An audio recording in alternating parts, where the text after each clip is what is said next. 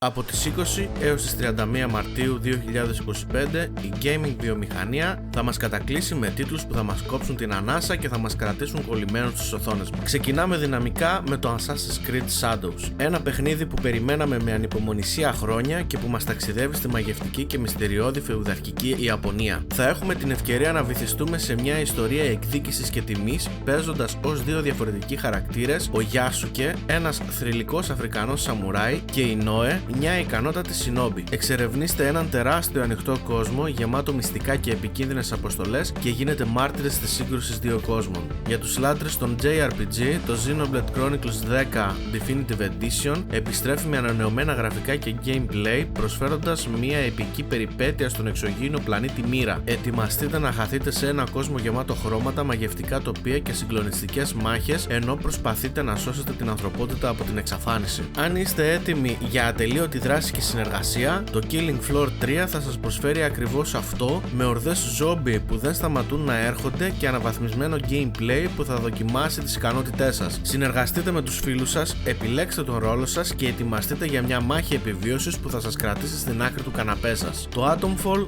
μας μεταφέρει σε μια σκοτεινή και ατμοσφαιρική μετααποκαλυπτική Βρετανία, όπου η επιβίωση είναι το μοναδικό μας μέλημα. Εξερευνήστε ρυπωμένα τοπία, αναζητήστε πόρους και αντιμετωπίστε επικίνδυνους εχθρούς σε μια προσπάθεια να ανακαλύψετε τα μυστικά της καταστροφής. Για τους fans των action RPG, το The First Berserker Kazan υπόσχεται θεαματικές μάχες και μια ιστορία εκδίκησης που θα σας καθυλώσει. Μπείτε στο ρόλο του Kazan, ενός πολεμιστή που αναζητά δικαιοσύνη, και αντιμετωπίστε ισχυρούς εχθρούς σε έναν κόσμο γεμάτο μυστήριο και μαγεία. Και για μια δόση νοσταλγίας, το Breakout Beyond ανανεώνει το κλασικό arcade παιχνίδι με νέες προκλήσεις, πολύχρωμα γραφικά και αναβαθμισμένο gameplay. Ετοιμαστείτε να σπάσετε τούβλα και να αντιμετωπίσετε προκλήσεις σε έναν κόσμο γεμάτο χρώματα και διασκέδαση.